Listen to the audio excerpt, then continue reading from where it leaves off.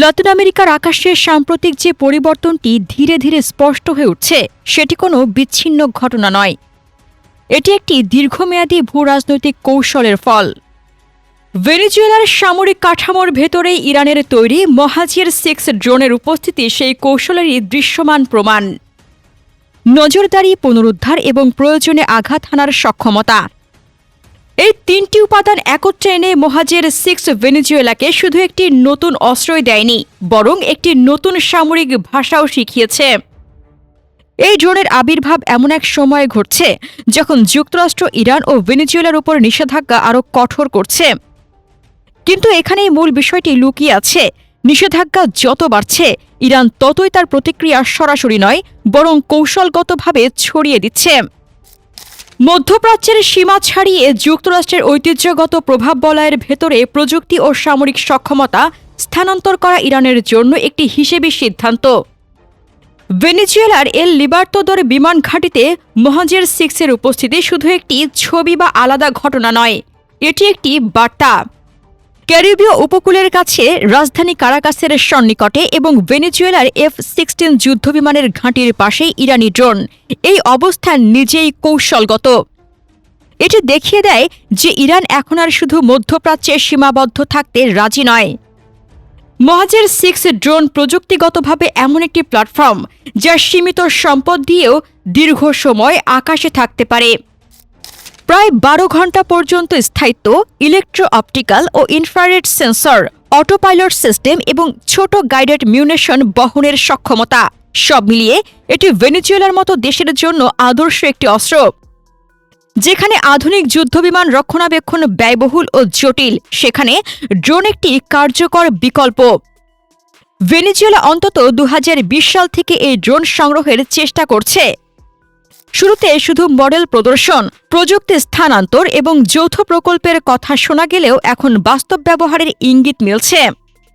ইনসাইর মাধ্যমে স্থানীয়ভাবে ড্রোন সংযোজন ও রক্ষণাবেক্ষণ ইরান ভেনেজুয়েলা সম্পর্ককে নতুন রাজনৈতিক নয়, শিল্প ও সামরিক পর্যায়েও গভীর করেছে। এই প্রতিক্রিয়া বৃহত্তর একটি পরিবর্তনের অংশ। 2009 সাল থেকে 2016 সাল পর্যন্ত ভেনেজুয়েলার ড্রোন ব্যবহার সীমাবদ্ধ ছিল নজরদারি ও সীমান্ত টহলে। কিন্তু 2022 সালের পর থেকে দেশটির ড্রোন নীতিতে মৌলিক পরিবর্তন আসে।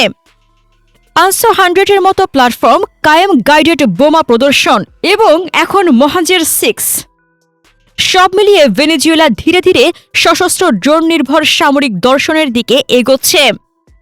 বিশ্লেষকদের মতে এটি ভেনেজুয়েলার সামরিক নীতির এক ধরনের ইরানিকরণ, অর্থাৎ প্রচলিত যুদ্ধ ক্ষমতায় সীমাবদ্ধ থাকলে তা পুষিয়ে নিতে সস্তা কিন্তু কার্যকর অসম যুদ্ধের অস্ত্র ব্যবহার।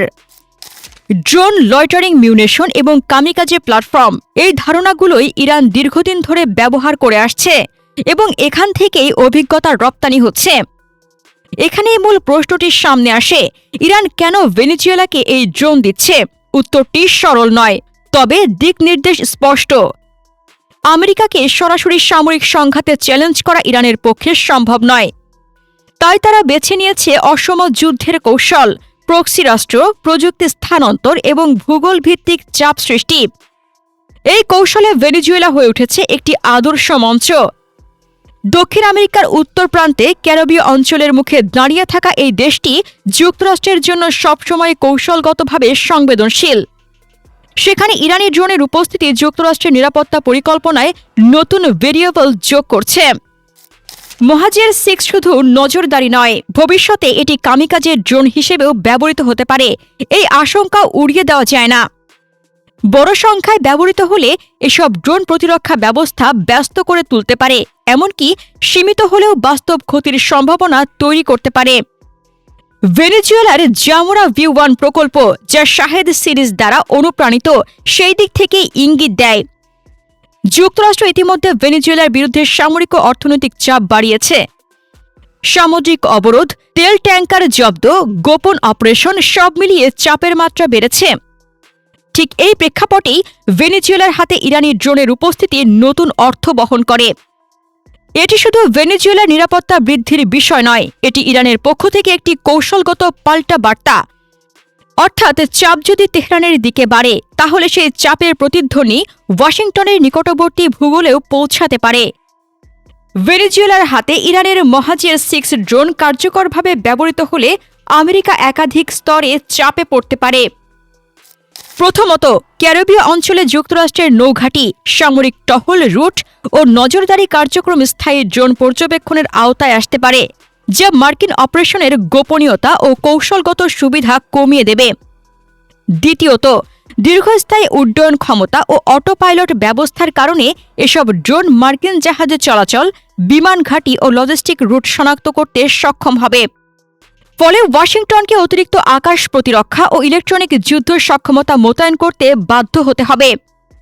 তৃতীয়ত, যদি মহাজের 6 ভবিষ্যতে সশস্ত্র বা কামিকাজে ড্রোনের রূপান্তরিত হয়, তাহলে সীমিত হলেও তা মার্কিন বাহিনীর জন্য একটি বাস্তব ও গতিশীল হুমকি তৈরি করবে, যার মোকাবেলায় ব্যয়, প্রস্তুতি ও চাপ তিনটি একসঙ্গে বাড়বে। সবশেষে এই ড্রোন উপস্থিতি যুক্তরাষ্ট্রের জন্য একটি মনস্তাত্ত্বিক চাপও সৃষ্টি করবে, কারণ এতে স্পষ্ট হয়ে যায় ইরান এখন শুধু মধ্যপ্রাচ্যে নয়, আমেরিকার নিকটবর্তী ভূগোলেও চাপ তৈরির সক্ষমতা অর্জন করেছে। সব মিলিয়ে বলা যায় ভেনেজুয়েলার হাতে ইরানের মহাজের 6 ড্রোন শুধু একটি নতুন অস্ত্র সংযোজন নয়, এটি একটি নতুন ভূরাজনৈতিক সমীকরণ। এর মাধ্যমে ইরান দেখিয়ে দিচ্ছে চাপ যদি কেবল মধ্যপ্রাচ্যে সীমাবদ্ধ রাখা হয়, তাহলে সেই চাপের জবাব তারা আমেরিকার নিকটবর্তী ভূগোলেও ছড়িয়ে দিতে সক্ষম। অন্যদিকে ভেনেজুয়েলা এই ড্রোনের মাধ্যমে সীমিত সামরিক সক্ষমতা থাকা সত্ত্বেও একটি অসম কিন্তু কার্যকর প্রতিরোধ গড়ে তুলছে। এই বাস্তবতায় আমেরিকা আর শুধু নিষেধাজ্ঞা বা কূটনৈতিক চাপ দিয়ে পরিস্থিতি সামাল দিতে পারবে কিনা সেই প্রশ্নই এখন সবচেয়ে গুরুত্বপূর্ণ হয়ে উঠছে। প্রিয় দর্শক, ইরানের ড্রোন কি ভেনেজুয়েলাকে শুধু শক্তিশালী করছে, নাকি এর মাধ্যমে আমেরিকার প্রভাব বলয়ের ভেতরেই শুরু হয়ে গেছে এক নতুন ধরনের নীরব যুদ্ধ? আপনার মতামত কমেন্টে জানান। ভেনেজুয়েলা এবং আমেরিকাকে নিয়ে আরও জানতে আমাদের চ্যানেলটির ভিডিও ট্যাব থেকে ঘুরে আসুন। এই ভিডিওটি ভালো লাগলে লাইক বাটনে ক্লিক করুন। ভিডিওটি আপনার বন্ধুদের সাথে শেয়ার করে তাদেরকেও ভিডিওটি দেখার সুযোগ করে দিন। ধন্যবাদ।